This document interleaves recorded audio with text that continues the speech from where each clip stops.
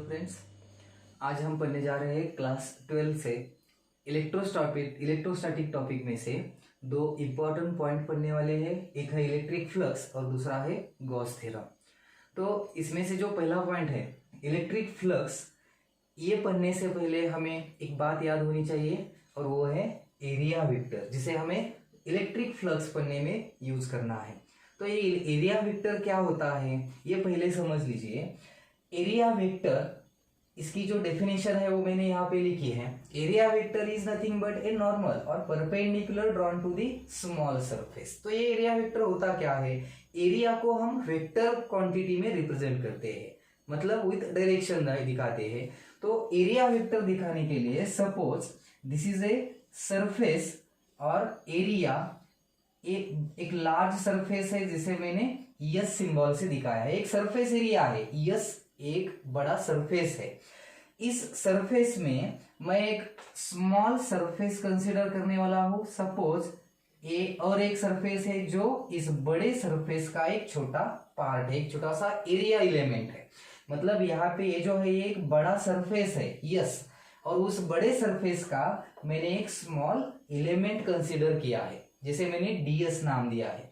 अब ये जो सरफेस है इसका जो प्लेन है वो हॉरिजॉन्टल प्लेन है, मतलब वो डीएस सरफेस का प्लेन जो होगा वो हॉरिजॉन्टल प्लेन होगा। तो मैं उस प्लेन को एक परपेंडिकुलर ड्रॉ करने वाला हूं। अभी मैंने क्या किया है, ये जो स्मॉल सरफेस एरिया है डीएस, उसे मैंने एक परपेंडिकुलर और नॉर्मल ड्रॉ किया है जो उस सरफेस के प्लेन को नॉर्मल है और परपेंडिकुलर है। तो इस परपेंडिकुलर की जो डायरेक्शन उसके लिए मैंने एक यूनिट वेक्टर यूज किया जो है एन कैप।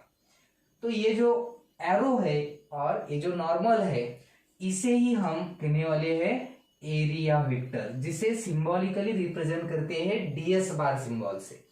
तो ये डीएस बार जो लिखा है वो क्या है, वो है हमारा एरिया वेक्टर, जो उस सरफेस को परपेंडिकुलर या नॉर्मल होता है।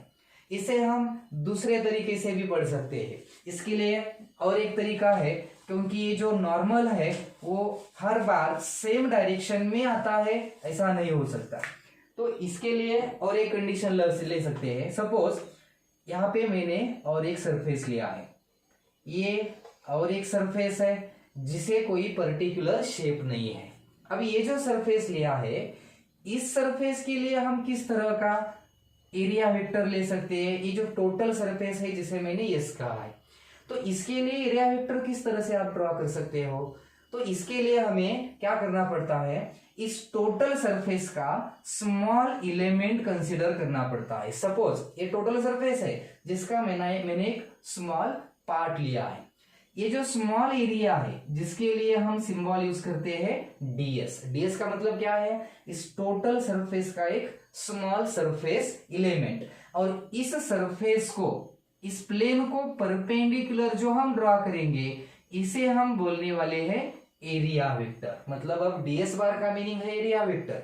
तो ये एरिया वेक्टर क्या है, इस स्मॉल सरफेस को ड्रॉ किया हुआ ये है नॉर्मल और परपेंडिकुलर। तो इस डीएस के लिए ये हो गया एरिया वेक्टर। पर ये जो एरिया वेक्टर यहाँ पे ड्रॉ किया ये एरिया वेक्टर हम इस पूरे सरफेस के लिए अप्लाई नहीं कर सकते, क्योंकि ये एरिया वेक्टर सिर्फ इस डीएस स्मॉल सरफेस के लिए है। तो पूरे सरफेस के लिए नहीं ले सकते। अगर मैंने ये स्मॉल एलिमेंट कंसीडर किया, ये डीएस एलिमेंट है, एक स्मॉल सरफेस है, ये पूरे एरिया का एक स्मॉल सरफेस लिया और इस सरफेस को मैंने एक परपेंडिकुलर ड्रॉ किया, तो ये हो गया इसका एरिया वेक्टर। मतलब इस स्मॉल एलिमेंट का एरिया वेक्टर जो अपवर्ड डायरेक्शन में आ गया, इसका इस डायरेक्शन में था। अगर मैंने और कोई एलिमेंट लिया, सपोज यहाँ पे एक एलिमेंट लिया, ये भी एक स्मॉल एरिया है, इस टोटल सरफेस का एक स्मॉल कंसीडर किया हुआ एरिया है, अगर इसको एक परपेंडिकुलर ड्रॉ किया तो ये हो गया इसका एरिया वेक्टर। मतलब पोजीशन चेंज होती है तो एरिया वेक्टर की डायरेक्शन भी चेंज हो सकती है। इसलिए हमें एक स्मॉल सरफेस कंसीडर करके उसको ये जो है परपेंडिकुलर लेना पड़ता है। इसलिए मैंने डेफिनेशन में भी लिखा है ए नॉर्मल और perpendicular drawn to the small surface लिखा है। इसका ये मतलब है कि आप पूरे सरफेस को एक ही नॉर्मल ड्रॉ कर सकते ऐसा नहीं है। कई बार अलग पोजीशन पे एरिया वेक्टर की डायरेक्शन चेंज होती है, क्योंकि उस एरिया का जो प्लेन है वो प्लेन अलग आ सकता है। इसलिए हमें एरिया वेक्टर लेते वक्त एक ध्यान में रखना है कि हमें एक स्मॉल सरफेस कंसिडर करना पड़ता है। सभी लगभग 90% प्रॉब्लम में यही मेथड यूज करनी पड़ती है, और जिस वजह से हमें डायरेक्शन मिलती है। तो एरिया वेक्टर को हम रिप्रेजेंट करने के लिए जो सिंबल यूज करने वाले हैं, याद रखिए, उसे कहते हैं हम ds बार। ओके, तो इस एरिया वेक्टर टर्म को यूज करके अब हम पढ़ने वाले हैं electric flux. Then what is electric flux? Electric flux is a quantity of electric field. अब हम इलेक्ट्रिक फील्ड के पास नहीं जा सकते, वो हमने पढ़ा है। इलेक्ट्रिक फील्ड जो पॉइंट है उससे रिलेटेड जो भी कंसेप्ट है, मतलब चार्ज, दो टाइप के चार्जेस, उनकी electric field is a vector quantity. तो इलेक्ट्रिक फील्ड की जो डायरेक्शन है वो डायरेक्शन पॉजिटिव चार्ज के लिए आउटवर्ड होती है, नेगेटिव चार्ज के लिए इनवर्ड होती है, ये सब हमें पता है। तो हम इलेक्ट्रिक फील्ड की एक दूसरी क्वांटिटी पढ़ने वाले हैं जिसे हम बोलते हैं इलेक्ट्रिक फ्लक्स। फ्लक्स का मीनिंग होता है फ्लो या पास होना। इलेक्ट्रिक फ्लक्स का मतलब, फ्लक्स वर्ड का मीनिंग हम यहाँ पे लेने वाले हैं कि फ्लो होना या पास होना। तो इलेक्ट्रिक फील्ड जब किसी सरफेस में से पास होती है, सपोज हमने एक सरफेस कंसीडर किया, एक रेक्टेंगुलर सरफेस है, और इस सरफेस को मैंने यहाँ पे इस तरह से प्लेस किया है। यहाँ पे एक चार्ज है, और इस चार्ज की वजह से एक पॉजिटिव चार्ज है, जिस चार्ज की वजह से जो इलेक्ट्रिक फील्ड तैयार होगी, वो इलेक्ट्रिक फील्ड की जो लाइंस होगी, वो लाइंस इस सरफेस से ऐसे यहाँ से पास होंगे। मतलब इस एरिया में से इलेक्ट्रिक फील्ड पास हो रही है, इसी का मतलब है इस सरफेस में से कुछ फ्लक्स है। मतलब इस एरिया में से जो इलेक्ट्रिक फील्ड पास होगी यहां से, वही उसी टर्म को हम बोलने वाले हैं इलेक्ट्रिक फ्लक्स। मतलब इलेक्ट्रिक फील्ड की लाइंस जिस एरिया से जाती है, जिसे हम बोलने वाले हैं इलेक्ट्रिक फ्लक्स। तो इसे समझने के लिए कुछ आसान मेथड में यूज कर रहा हूं। सपोज यहां पे एक मेटल प्लेट है, ये एक मेटल प्लेट है, जिस प्लेट को हम पॉजिटिवली चार्ज करने वाले हैं। इस प्लेट के सरफेस पे चार्ज डिस्ट्रीब्यूशन है, जो चार्ज डिस्ट्रीब्यूशन है पॉजिटिव। तो इस पॉजिटिव चार्ज की वजह से यहाँ पे जो इलेक्ट्रिक फील्ड तैयार होगी, उसकी जो डायरेक्शन है वो कैसे लेने वाले हैं? तो वो डायरेक्शन हो गया आउटवर्ड, और ये जो लाइंस है वो इक्वली स्पेस्ड और यूनिफॉर्म इलेक्ट्रिक फील्ड तैयार होगी, पैरेलल लाइंस तैयार होगी। इस लाइंस को हम बोलते हैं इलेक्ट्रिक लाइंस, जो इलेक्ट्रिक फील्ड रिप्रेजेंट करने के लिए यूज करते हैं हम। अभी ये जो इलेक्ट्रिक फील्ड है, जिस इलेक्ट्रिक फील्ड की डायरेक्शन आउटवर्ड है, मतलब देखिए एक मेटल प्लेट है, चार्ज पॉजिटिवली चार्ज है, और जिस प्लेट की वजह से ये तैयार हुई क्या है, ये इलेक्ट्रिक फील्ड है। अभी इलेक्ट्रिक फील्ड आउटवर्ड डायरेक्शन में तैयार हुई है, मतलब ये इस डायरेक्शन में वो जा रही है। अब हमें पढ़ना है क्या, इलेक्ट्रिक फ्लक्स। तो मैं इस फील्ड में एक सरफेस कंसीडर करने वाला हूं। सपोज ये सरफेस है यस, जिसे मैं इस फील्ड में प्लेस करने वाला हूं। एक बड़ा वाला सरफेस है जिसे मैंने यस कहा है, एक रेक्टेंगुलर सरफेस है, जो सरफेस इस फील्ड को परपेंडिकुलर है। इस सरफेस को मैंने इस फील्ड को क्या किया है, परपेंडिकुलर प्लेस किया है। इसे मैं एक एरिया वेक्टर लेता हूं।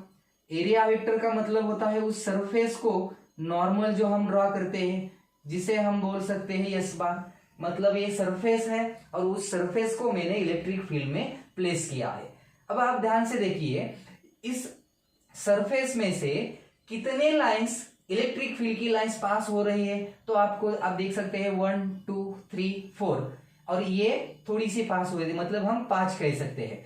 मतलब इस टोटल सरफेस में से 5 इलेक्ट्रिक फील्ड की लाइंस क्या हो रही है, पास हो रही है। मतलब इस सरफेस में से कुछ फ्लक्स पास हो रहा है, जिसे हम बोलने वाले हैं इलेक्ट्रिक फ्लक्स। अभी मैं यहां इसके आगे और एक सरफेस लेता हूं। सपोज ये दूसरा एक सरफेस है, रेक्टेंगुलर ही है, सिर्फ स्मॉल सरफेस है। उस सरफेस का ये एरिया है, और जहां पे मैंने ड्रॉ किया है एरिया वेक्टर। अभी देखिए ये दोनों में क्या फर्क है। ये एक बड़ा वाला सरफेस है, बड़ा सरफेस है जिसका एरिया लार्ज है, एक स्मॉल सरफेस है जिसका एरिया छोटा है। तो दोनों सरफेस में से फील्ड तो सेम है, वही इलेक्ट्रिक फील्ड है, फील्ड तो सेम है। यहाँ पे दोनों कंडीशन में चेंज क्या हुआ है, तो वो हुआ है एरिया। अभी फर्स्ट डायग्राम में फर्स्ट सरफेस में से कितनी लाइंस पास हो रही है, 5 लाइंस पास हो रही है। तो हम बोलते हैं कि इस फर्स्ट सरफेस में से कितना फ्लक्स है, 5। पहले सरफेस में से कितना फ्लक्स जा रहा है, 5 जा रहा है। ऐसा सिर्फ मैग्नीट्यूड में हमने देखा।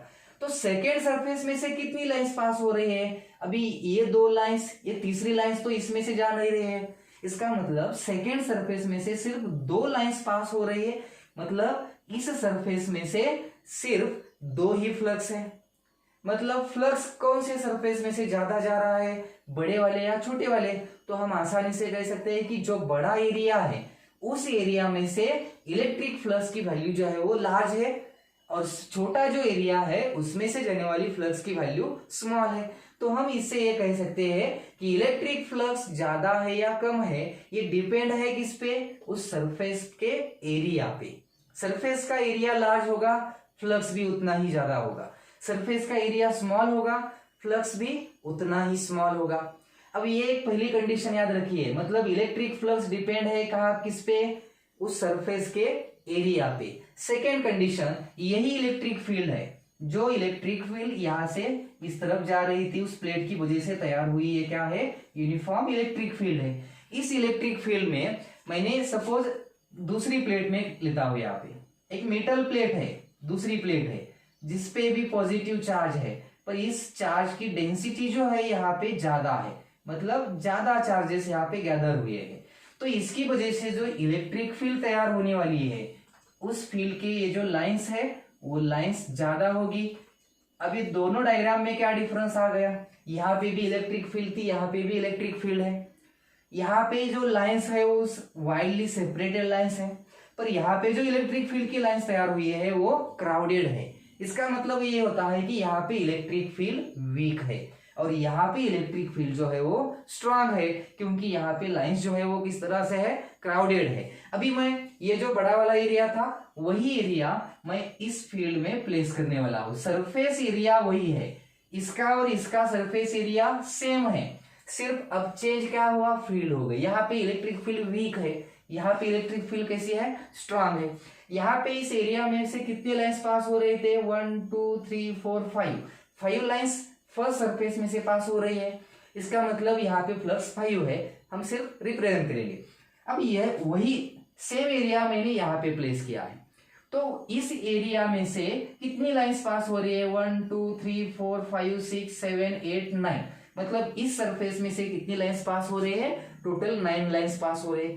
तो बताइए पहले या दूसरे कंडीशन में कौन से कंडीशन में फ्लक्स ज्यादा होगा, तो आसानी से आप कह सकते हैं सेकेंड कंडीशन में फ्लक्स तो ज्यादा हो गया। क्यों ज्यादा हो गया, क्योंकि यहाँ पे इलेक्ट्रिक फील्ड स्ट्रांग है। मतलब जब इलेक्ट्रिक फील्ड चेंज होती है तो फ्लक्स भी चेंज होगा। इलेक्ट्रिक फील्ड अगर स्ट्रांग होगी तो फ्लक्स भी स्ट्रांग होगा, यहाँ पे जो स्ट्रांग दिखाया है हमने। और इलेक्ट्रिक फील्ड जब वीक होगी तो फ्लक्स भी क्या होगा, कम होगा। मतलब अब 2 बात याद रखनी है हमें। पहली बात, अगर सरफेस का एरिया चेंज होता है तो फ्लक्स चेंज होता है, और जब इलेक्ट्रिक फील्ड की इंटेंसिटी चेंज होती है तो भी फ्लक्स क्या होता है, चेंज होता है। और तीसरी बात, अगर मैंने इसी सरफेस को रोटेट किया, मैंने इसी सरफेस को अब क्या किया है, रोटेट, यहाँ पे हमने ये दिखाते हैं, हम इसे कहते हैं एरिया वेक्टर। अभी मैंने इस सरफेस को क्या किया है, रोटेट किया है, मतलब इसका एरिया वेक्टर इस साइड में आ गया। अब इसको रोटेट करने से क्या हो गया, ये दोनों कंडीशन में देखिए, इसमें टोटल 9 इलेक्ट्रिक फील्ड की लाइंस पास हो रही है उस सरफेस से, पर जब मैंने इसके थोड़ा एंगल से रोटेट किया तो सेकेंड वाला जो सरफेस है, यही सरफेस है जिसे हमने थोड़ा क्या किया है, रोटेट किया। तो सेकेंड सरफेस में से जाने वाली जो लाइंस है वो लाइंस घटकर कितनी हो गई, 1 2 3 4 5 6 या 7 कह सकते हैं। मतलब जो 9 लाइंस थी वो कितनी हो गई, 7 लाइंस हो गई, 2 लाइंस कम हो गई। इसका मतलब है जब हमने एरिया को क्या किया, रोटेट किया, तो इलेक्ट्रिक फील्ड या इलेक्ट्रिक फ्लक्स कम हो गया। इलेक्ट्रिक फ्लक्स क्या हो गया, यहाँ पे कम हो गया।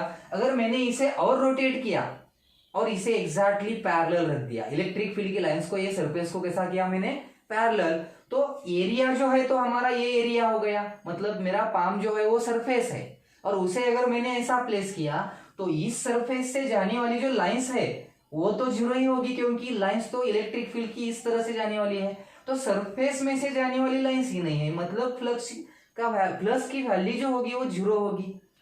मतलब एंगल जो है, कौन सा एंगल, इसे हम क्या कहते हैं, ds बार, ये होता है हमारा एरिया वेक्टर। और ये जो लाइंस है ये किसकी डायरेक्शन है, इलेक्ट्रिक फील्ड की, जहां पे यहाँ पे भी हमने दिखाई ये E बार है, ये ds बार है। तो इन दोनों के बीच जो एंगल है, इलेक्ट्रिक फील्ड की डायरेक्शन और ये एरिया वेक्टर, इन दोनों के बीच जो एंगल है वो एंगल पे भी डिपेंड करता है इलेक्ट्रिक फील्ड की, इलेक्ट्रिक फ्लक्स की वैल्यू कितनी आ जाएगी। मतलब इलेक्ट्रिक फ्लक्स 3 पैरामीटर पे डिपेंड है। इलेक्ट्रिक फ्लक्स किस पॉइंट पे डिपेंड है, इलेक्ट्रिक फ्लक्स चेंज होता है जब एरिया, सरफेस का एरिया चेंज होता है। इलेक्ट्रिक फ्लक्स चेंज होगा जब इलेक्ट्रिक फील्ड की इंटेंसिटी चेंज होगी, स्ट्रांग होगी या वीक होगी। और तीसरा पॉइंट है angle between direction of electric field and area vector, जब ये एंगल चेंज होगा तब भी इलेक्ट्रिक फ्लक्स की वैल्यू क्या होगी, चेंज होगी। इसका मतलब हम सिंपल लैंग्वेज में हम कह सकते हैं कि इलेक्ट्रिक फ्लक्स एक्चुअल में क्या है। अब इलेक्ट्रिक फ्लक्स क्या है, तो एक एरिया जो हमने कंसीडर किया है उस एरिया में से पास होने वाली ये इलेक्ट्रिक फील्ड की लाइंस है जिसे हमने फ्लक्स बोला है। तो इसके लिए हम एक आसान डेफिनेशन भी रख सकते हैं। ओके, तो हम इलेक्ट्रिक फ्लक्स की यहाँ पे मैंने एक डेफिनेशन लिखी है। अभी जो हमने देखा था इलेक्ट्रिक फ्लक्स का मतलब क्या होता है, the number of electric lines of force passing normally through a surface is termed as electric flux. तो इलेक्ट्रिक फ्लक्स को एक्सप्लेन करने के लिए और एक तरीके से एक्सप्लेन कर सकते हैं, और ये बहुत ही इंपॉर्टेंट तरीका है क्योंकि इसमें हम जो टर्म्स मतलब जो कंडीशंस देखने वाले हैं वो कंडीशंस हमें बहुत सारे न्यूमेरिकल सॉल्व करने के लिए यूज करने वाले हैं। किस डिपेंड इलेक्ट्रिक फ्लक्स की वैल्यू किस तरह से चेंज हो सकती है, किस टर्म पे वो डिपेंड है, तो उसके लिए हमें इस डायग्राम से आसानी से पता चलेगा। सपोज यहाँ पे मैंने जो दिखाई है वो जो है इलेक्ट्रिक फील्ड है। इलेक्ट्रिक फील्ड जो यूनिफॉर्म है, इलेक्ट्रिक फील्ड की लाइंस है और इलेक्ट्रिक फील्ड ये इस डायरेक्शन में पास हो रही है। इस फील्ड में मैंने एक यहाँ पे एरिया कंसीडर किया है। ये जो एरिया है एनी शेप है जिसे हम इरेगुलर शेप का एक सरफेस कर सकते हैं, जिस सरफेस को मैंने किया है नाम दिया है यस दिया है। तो इस सरफेस में से इलेक्ट्रिक फील्ड की लाइंस क्या हो रही है, पास हो रही है। पर हम इस इलेक्ट्रिक फ्लक्स को मैथमेटिकली जब कैलकुलेट करना पड़ता है तो हमें कुछ फॉर्मूला यूज करना पड़ता है। तो इस सरफेस में से पास होने वाला इलेक्ट्रिक फ्लक्स जो है उसे कैसे निकाल सकते हैं हम, इलेक्ट्रिक फ्लक्स इसके लिए जो सिंबल यूज किया जाता है वो है फाई। फाई का मतलब होता है इलेक्ट्रिक फ्लक्स। अब पूरे सरफेस में से जाने वाला फ्लक्स तो हम निकाल नहीं सकते, एक प्रॉब्लम आएगा यहाँ पे। क्या प्रॉब्लम आ सकता है, इस सरफेस का एरिया, कोई फॉर्मूला होगा क्या इसके लिए, नहीं होगा। तो इसके लिए हम इस सरफेस के स्मॉल पार्ट्स करेंगे। इस सरफेस का मैं यहाँ पे स्मॉल पार्ट कंसीडर करता हूं। सपोज ये है जिसे मैंने कहा ds। ये ds क्या है, ये ds का मतलब है इस टोटल सरफेस का एक स्मॉल पार्ट। इसका एक स्मॉल मैंने पार्ट कंसीडर किया है जिसे हम बोलने वाले हैं ds, एक एरिया एलिमेंट है। इस पार्ट को मतलब इस ds सरफेस को मैं ड्रॉ करने वाला हूं एरिया वेक्टर, जिसे हम सिंबॉलिकली दिखाते हैं ds बार से। ये ds बार क्या है, इस स्मॉल सरफेस को ड्रॉ किया हुआ एरिया वेक्टर। अभी यहाँ पे अगर हम देखेंगे तो यहाँ पे इलेक्ट्रिक फील्ड की डायरेक्शन भी यही है, तो ये क्या है, इलेक्ट्रिक फील्ड की डायरेक्शन है। मतलब यहाँ पे इलेक्ट्रिक फील्ड की डायरेक्शन और एरिया वेक्टर दोनों के बीच जो एंगल है वो जीरो है, क्योंकि दोनों सेम डायरेक्शन में आते हैं। पर ऐसा सही सभी जगह हो सकता है क्या, हम कोई और कंडीशन देख सकते हैं। यहाँ पे ये सरफेस लिया हमने, ये भी एक स्मॉल सरफेस ही है ds जिसे हम बोलते हैं। इस स्मॉल सरफेस को अगर मैं परपेंडिकुलर ड्रॉ करता हूं, ये आ जाएगा अपवर्ड डायरेक्शन में। ये क्या है, ये है एरिया वेक्टर, किसे ड्रॉ किया हुआ, इस स्मॉल सरफेस को, मतलब इस ds का ये सरफेस एरिया है। पर ये जो ऊपर वाला ds मतलब स्मॉल एलिमेंट लिया है एरिया एलिमेंट, इसका एरिया वेक्टर कहाँ आ गया, ऊपर आ गया। पर यहाँ पे इलेक्ट्रिक फील्ड की डायरेक्शन कहाँ है, वो तो वही है, मतलब इस डायरेक्शन में है इलेक्ट्रिक फील्ड। तो इन दोनों के बीच यहाँ पे जो एंगल हमें मिलेगा वो कितना मिलेगा, 90 डिग्री मिलेगा। यहाँ पे कितना एंगल था, 0 था, यहाँ पे कितना आ गया 90 डिग्री आ गया। अब देखते हैं इस साइड पे, सपोज यहाँ पे और एक स्मॉल एलिमेंट में कंसीडर करता हूं जिसे हम ds बोलते हैं। In general total surface yes है, इसलिए स्मॉल सरफेस एरिया आ गया ds। इसे अगर हमने एरिया वेक्टर ड्रॉ किया तो ये एरिया वेक्टर आ जाएगा इस डायरेक्शन में, तो ये आ गया इसका एरिया वेक्टर। और यहाँ पे इलेक्ट्रिक फील्ड तो सेम इसी डायरेक्शन में फ्लो हो रही है, मतलब ये डायरेक्शन है इलेक्ट्रिक फील्ड की। तो इसका मतलब इन इलेक्ट्रिक फील्ड और ds बार मतलब एरिया वेक्टर दोनों के बीच यहाँ पे कितना एंगल आ गया, यहाँ पे तो एंगल आ गया 180 डिग्री। मतलब इस सरफेस में हम अगर अलग अलग पोजीशन पे कुछ सरफेस कंसीडर करेंगे, स्मॉल सरफेस कंसीडर करेंगे, तो क्या चेंज हो जाएगा, ये एंगल चेंज हो जाएगा। और जैसे ही ये एंगल चेंज होता जाएगा इलेक्ट्रिक फ्लक्स की वैल्यू जो है वो भी क्या होगी, चेंज होगी। तो कहीं मैक्सिमम फ्लक्स होगा, कहीं मिनिमम होगा, मतलब 0 ही होगा, कहीं पे उन दोनों के बीच में होगा। तो इसके लिए हम कुछ फॉर्मूला बनाते हैं। सपोज ये सरफेस लिया हमने ds, ये जो सरफेस है ये स्मॉल सरफेस है ds, और जिसका एरिया वेक्टर है और जिसमें से जाने वाली फील्ड कितनी है, E है। तो इसमें जाने वाला जो फ्लक्स होता है जिसे हम सिंबल लेने वाले हैं डी फाई का मतलब क्या हुआ, फाई का मतलब होता है इलेक्ट्रिक फ्लक्स, डी फाई का मतलब भी इलेक्ट्रिक फ्लक्स ही है, पर electric flux passing through small surface ds। Phi का मतलब है टोटल सरफेस में से जाने वाला फ्लक्स, और डी फाई का मतलब है स्मॉल सरफेस में से जाने वाला फ्लक्स। तो इसमें से जाने वाला फ्लक्स जो है वो हम यहाँ पे कैलकुलेट करते हैं स्केलर प्रोडक्ट से, E बार डॉट ds बार। इलेक्ट्रिक फील्ड की इंटेंसिटी और एरिया वेक्टर का स्केलर प्रोडक्ट होता है, जिससे हमें इस फॉर्मूला से इस स्मॉल सरफेस में से जाने वाला इलेक्ट्रिक फ्लक्स मिलता है। अब ये इलेक्ट्रिक फ्लक्स, इसे हम इस फॉर्मूला को हम इस तरह भी लिख सकते हैं, E ds cos थीटा, दोनों का प्रोडक्ट लिया हमने, जिसे हमने बोला है डी फाई मतलब electric flux passing through small surface ds। अभी यहाँ पे आप देख सकते हैं इस फॉर्मूला से हमें पता चलेगा कि ये जो इलेक्ट्रिक फ्लक्स है ये किस पैरामीटर पे, कौन से क्वांटिटी पे डिपेंड है। तो इलेक्ट्रिक फ्लक्स डिपेंड है फर्स्ट इलेक्ट्रिक फील्ड की इंटेंसिटी पे, इलेक्ट्रिक फ्लक्स डिपेंड है एरिया पे जिसे हमने ds कहा है वो स्मॉल एरिया, और तीसरा पैरामीटर है इलेक्ट्रिक फ्लक्स डिपेंड है इलेक्ट्रिक फील्ड और एरिया वेक्टर के बीच जो एंगल होता है उस पे। और अगर इन तीनों में से एक भी क्वांटिटी चेंज होगी तो फ्लक्स की वैल्यू क्या होगी, चेंज होगी। तो यहाँ पे ये डी फाई निकाला है, डी फाई का मतलब तो स्मॉल सरफेस में से जाने वाला फ्लक्स है। तो टोटल फ्लक्स इलेक्ट्रिक फ्लक्स हम कैसे निकाल सकते हैं, टोटल इलेक्ट्रिक फ्लक्स निकालने के लिए हमें सिर्फ इस इक्वेशन को इंटीग्रेट करना पड़ता है। अगर हम इस इक्वेशन को इंटीग्रेट करेंगे तो हमें total electric flux passing through surface yes मिलेगा। तो इसे हम अगर इंटीग्रेट करेंगे तो क्या मिलेगा, तो सपोज टोटल फ्लक्स जिसे हम सिंपली कहते हैं फाई का मीनिंग क्या हुआ, यहाँ पे फाई का मीनिंग है electric flux passing through total surface. और ये निकाल सकते हैं हम इक्वेशन को इंटीग्रेट करके, इसे इंटीग्रेट करते E बार डॉट ds बार। मैंने इस इक्वेशन को क्या किया, इंटीग्रेट किया, तो हमें मिलता है टोटल इलेक्ट्रिक फ्लक्स, या फिर हम इसे इस तरह से भी लिख सकते हैं electric field into integration ds, मतलब इस स्मॉल सरफेस का इंटीग्रेशन लिया तो ये मिलेगा टोटल सरफेस E बार डॉट ds बार। ये टोटल फ्लक्स का फॉर्मूला मिलता है। मतलब टोटल फ्लक्स अगर कैलकुलेट करना है तो क्या करना पड़ेगा, हमें स्मॉल फ्लक्स की वैल्यू जो आती है उसे इंटीग्रेट करके हम टोटल फ्लक्स की वैल्यू निकाल सकते हैं।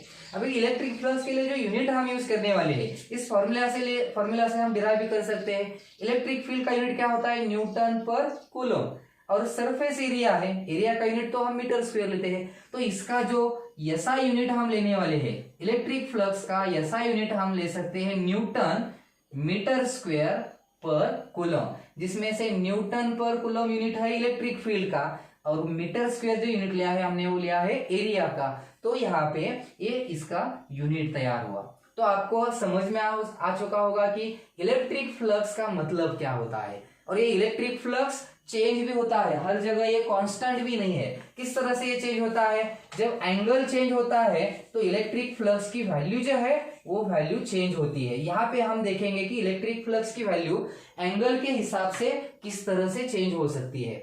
सपोज अभी हम इस फॉर्मूला के लेके डिराइव करते हैं कि यहाँ के 3 कंडीशंस यहाँ पे मैंने दिखाई है। पहले कंडीशन में इलेक्ट्रिक फील्ड और एरिया वेक्टर के बीच जो एंगल है वो कितना है? 0 है। यहाँ पे इन दोनों के बीच एंगल क्या है? 90 है। और यहाँ पे कितना एंगल है? 180 डिग्री है।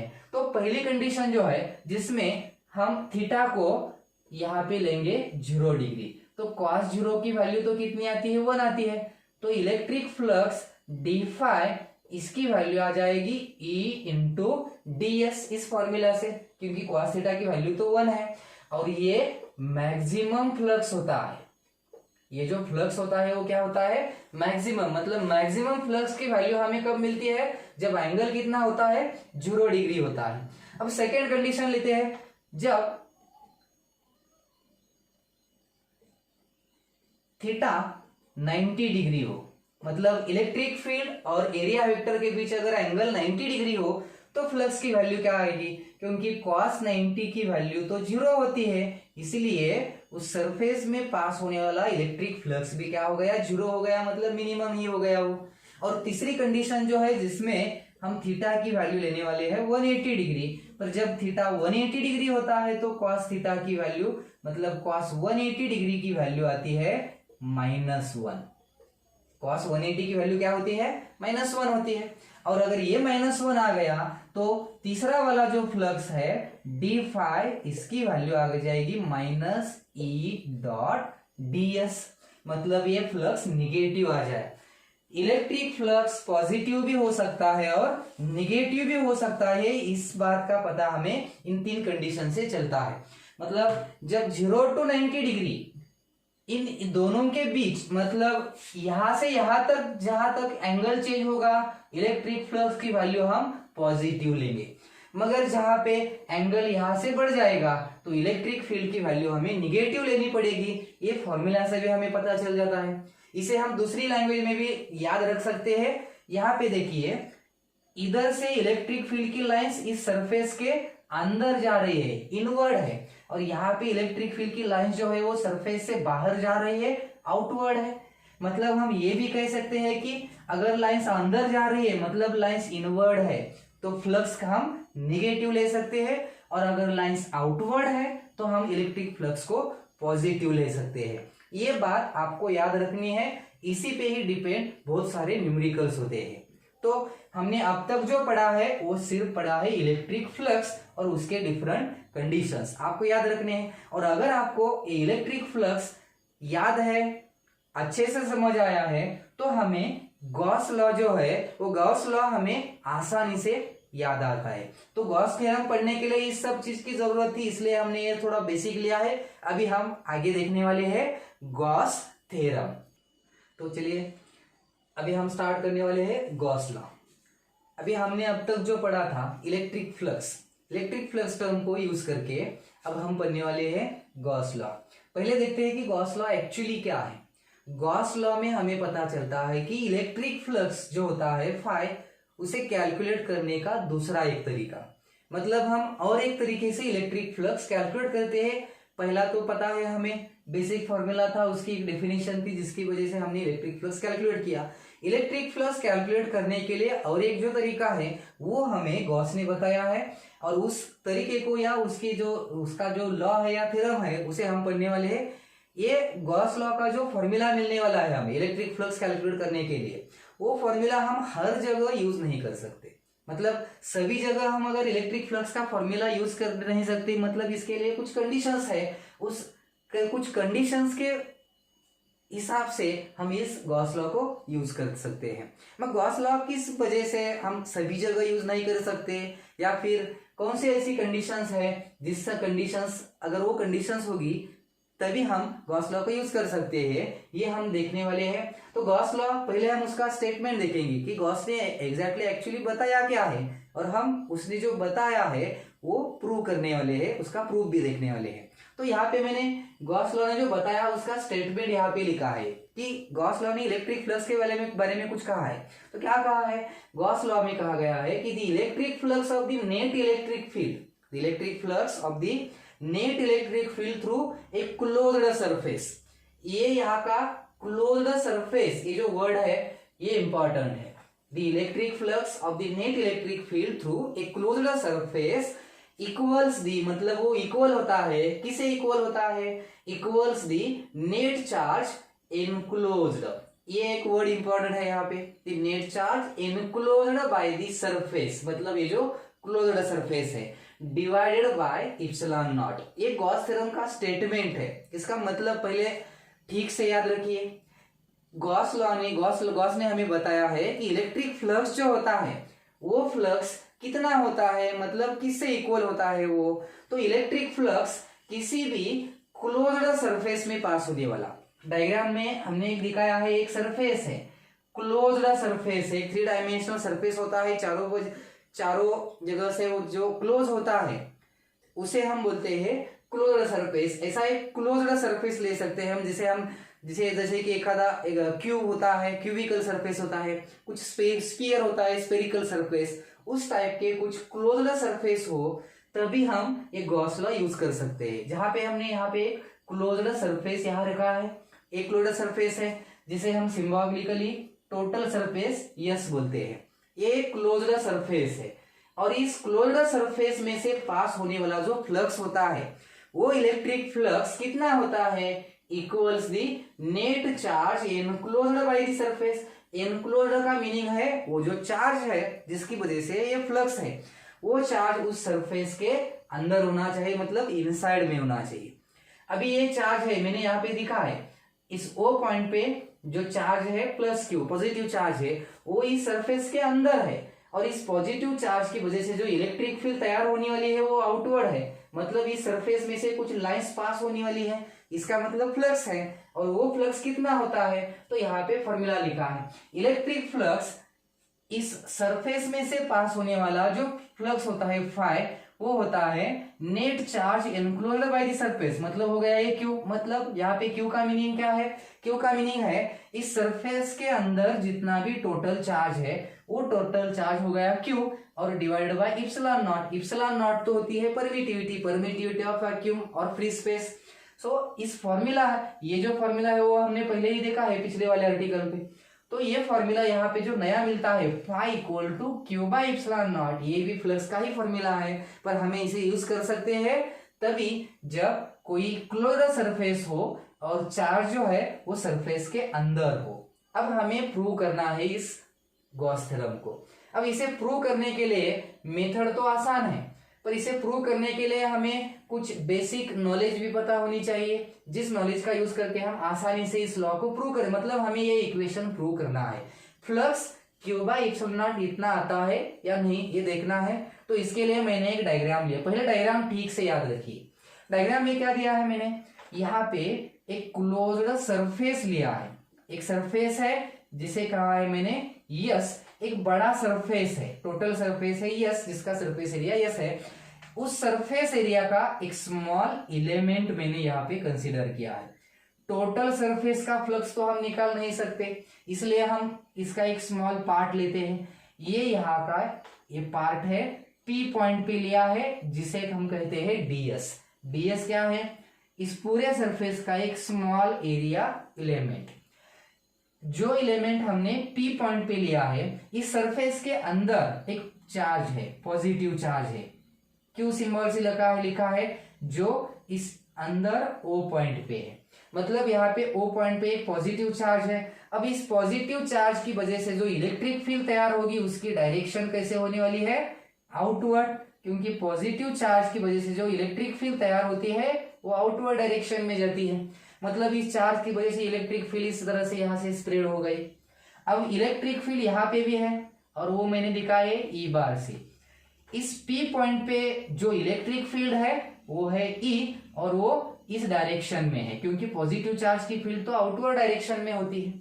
अब यहाँ पे थोड़ा ज्योमेट्री लेने वाले हैं हम। ये जो डिस्टेंस है O से लेकर P तक, इस डिस्टेंस को हमने सिंबल लिया है आर, स्मॉल आर। इसका मीनिंग है distance of point P from charge, ये आर लिया है।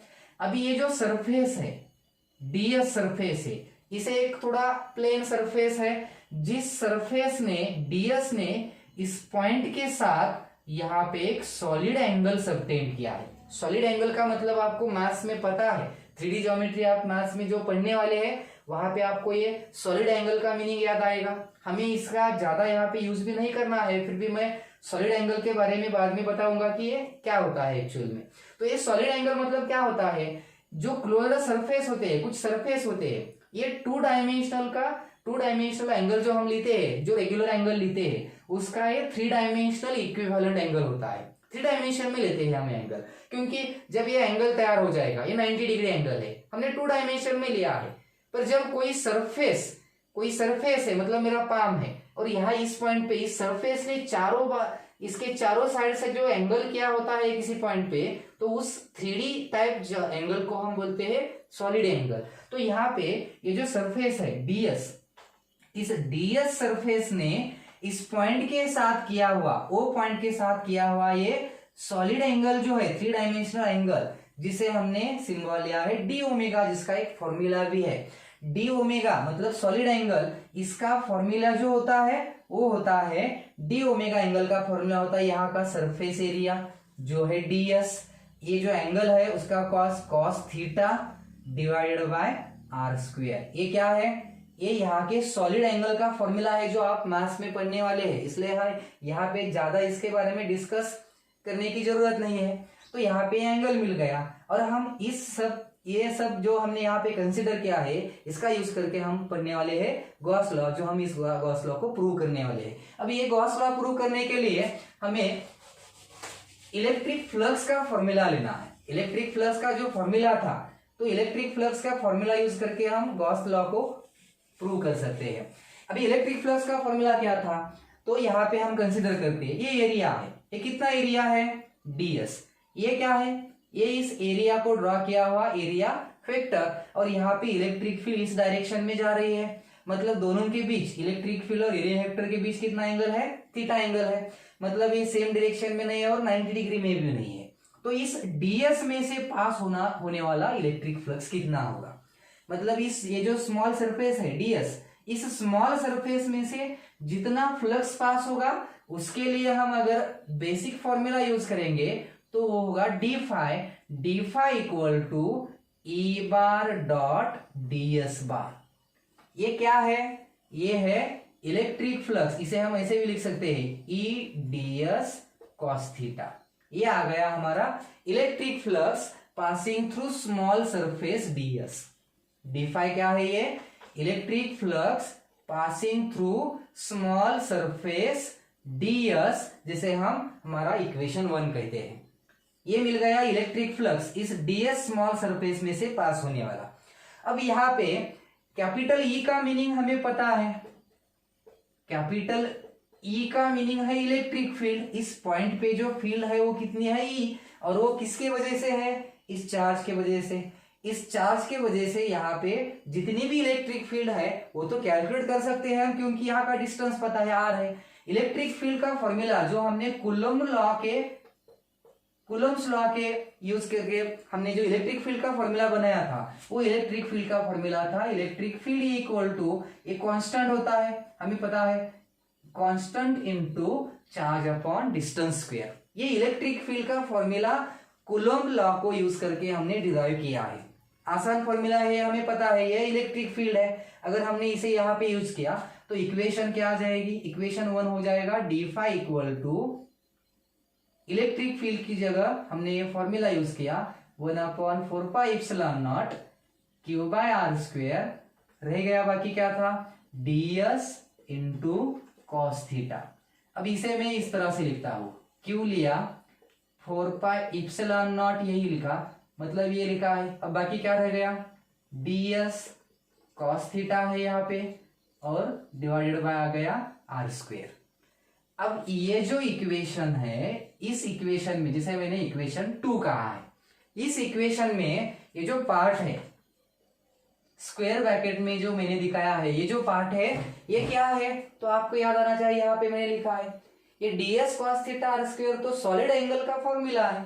मतलब हम इस पूरे ब्रैकेट की जगह सॉलिड एंगल का फॉर्मूला यूज करके लिख सकते हैं D phi equal to Q upon 4 pi epsilon naught into D omega. इसे मैंने कहा इक्वेशन 3। तो ये क्या आ गया, इलेक्ट्रिक फ्लक्स आ गया सॉलिड एंगल के फॉर्म में। तो इलेक्ट्रिक फ्लक्स ये है पर टोटल नहीं है, ये पूरे सरफेस में से जाने वाला फ्लक्स है। क्या ये फ्लक्स है, flux passing through small surface ds। तो हमें टोटल अगर निकालना है तो हम इंटीग्रेट करने वाले हैं, integrating equation 3 we get the total electric flux passing through this total surface yes. इस पूरे सरफेस में पास होने वाला जो टोटल इलेक्ट्रिक फ्लक्स है वो हम निकाल सकते हैं डी फाई का इक्वेशन 3 का इंटीग्रेशन लेके। तो अगर मैंने इसे इंटीग्रेट किया तो आपको पता है टोटल फ्लक्स मिलेगा जिसे हम लिखते हैं फाई। इंटीग्रेशन इसका अगर लेना है तो integration Q upon 4 pi epsilon not और क्या था डी ओमेगा। पर यहाँ पे ये तो पूरी टर्म कांस्टेंट है तो इंटीग्रेशन के बाहर आ जाएगी, मतलब q upon 4 pi epsilon naught integration D omega. अब जो इंटीग्रेशन डी ओमेगा है इसका मीनिंग हमें पता होना चाहिए। डी ओमेगा मतलब क्या है, डी ओमेगा का मतलब है, डी ओमेगा यहाँ पे है सॉलिड एंगल, डी ओमेगा क्या है यहाँ पे सॉलिड एंगल। तो इंटीग्रेशन डी ओमेगा का मतलब होता है total solid angle. D omega angle कौन सा था, ये था, मतलब इस ds ने इस पॉइंट के साथ किया हुआ जो एंगल था सॉलिड एंगल वो था डी ओमेगा। पर अगर हमें पूरे सरफेस ने, इस कंप्लीट सरफेस ने इस ओ पॉइंट के साथ किया हुआ अगर टोटल एंगल लेना होता सॉलिड एंगल तो क्या करना पड़ता, तो हमें इस स्मॉल एंगल को इंटीग्रेट करना पड़ता तो टोटल मिलता। पर ये जो टोटल एंगल होता है सॉलिड एंगल ये हमेशा होता है 4 पाई। किसी भी क्लोज्ड सरफेस ने उसके अंदर के पॉइंट के साथ एक सबटेंड किया हुआ जो सॉलिड एंगल होता है वो सॉलिड एंगल हमेशा कितना होता है, वो होता है 4 पाई। आप कहेंगे कि ये कहाँ पे मिला है आपको, तो ये फॉर्मूला आपको मैथ्स में आने वाला है और इसे हमें कोई कहा ज्यादा यूज भी नहीं करना है, ये सिर्फ गॉस लॉ को प्रूव करने के लिए हम यूज कर रहे हैं। तो यहाँ पे अगर इंटीग्रेशन डी ओमेगा 4 पाई आ जाएगा तो यहाँ पे हम क्या ले सकते हैं, देखिए इक्वेशन 4 को हम इस तरह से लिख सकते हैं phi equal to Q upon 4 pi epsilon naught into 4 pi. मतलब यहाँ पे 4 पाई कैंसिल हो जाएगा और क्या आएगा क्यू बाई इप्सिलॉन नॉट। इसका मतलब इलेक्ट्रिक फ्लक्स का जो ये इसकी जो वैल्यू है वो कितनी आ गई, electric flux phi equal to आ गई क्यू अपॉन इप्सिलॉन नॉट। और यही तो हमारा गॉस लॉ था। अगर ऊपर जो स्टार्ट करते वक्त मैंने स्टेटमेंट लिखा था उसी में यही बताया था कि गॉस लॉ कितना होता है, तो गॉस लॉ में इलेक्ट्रिक फ्लक्स जो है वो इलेक्ट्रिक फ्लक्स होता है total charge enclosed by the surface divide by epsilon not. तो हमारा ये गॉस लॉ प्रूव हो गया। अभी यहाँ पे देख सकते हैं ये सरफेस है, इसके अंदर का ये चार्ज है और जिस चार्ज की वजह से जो फ्लक्स तैयार होगा वो फ्लक्स हम इस फॉर्मूला का यूज करके निकाल सकते हैं। मतलब यहाँ पे इलेक्ट्रिक फ्लक्स की वैल्यू सिर्फ और सिर्फ चार्ज पे डिपेंड है। यहाँ पे ना ही एरिया है, कोई डिस्टेंस है, कोई एरिया वेक्टर ले रहे हैं हम। यहाँ पे हमने सिर्फ क्या लिया है, इस फॉर्मूला में सिर्फ चार्ज है, ये तो कांस्टेंट है, यूनिवर्सल कांस्टेंट। तो किसी क्लोज्ड सरफेस के अंदर अगर कोई चार्ज होगा तो उस सरफेस से पास होने वाला जो इलेक्ट्रिक फ्लक्स होता है वो अगर कैलकुलेट करना है तो हमें ये फॉर्मूला यूज कर सकते हैं। इन जनरल आप बोलेंगे कि एक ही चार्ज होगा क्या अंदर, इस सरफेस के अंदर कितने भी चार्ज हो सकते हैं। सपोज ये Q1 है यहाँ पे और एक है Q2 है, Q3 है, Q4, ऐसे n नंबर ऑफ चार्जेस इस सरफेस के अंदर है। तो क्या करना है, तो इस फॉर्मूला को आप इजीली ले सकते हैं।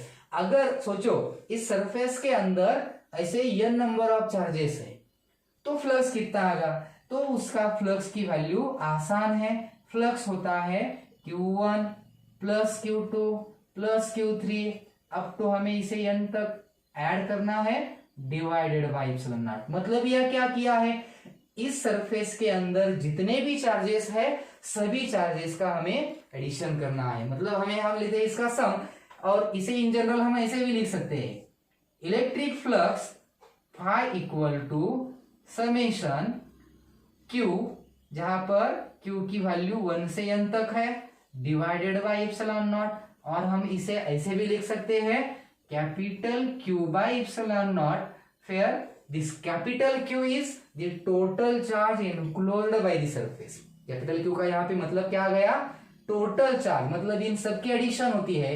ये है गॉस लॉ, मतलब गॉस लॉ ने हमें यहाँ पे क्या बताया है कि हम किसी भी क्लोज्ड सरफेस का फ्लक्स निकाल सकते हैं अगर उस क्लोज्ड सरफेस के अंदर कोई चार्ज इनक्लोज किया हुआ है।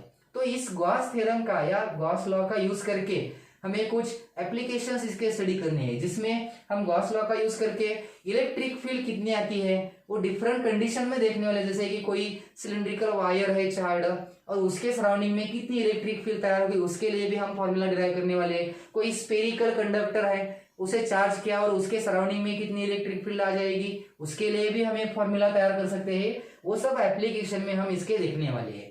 Okay, thank you.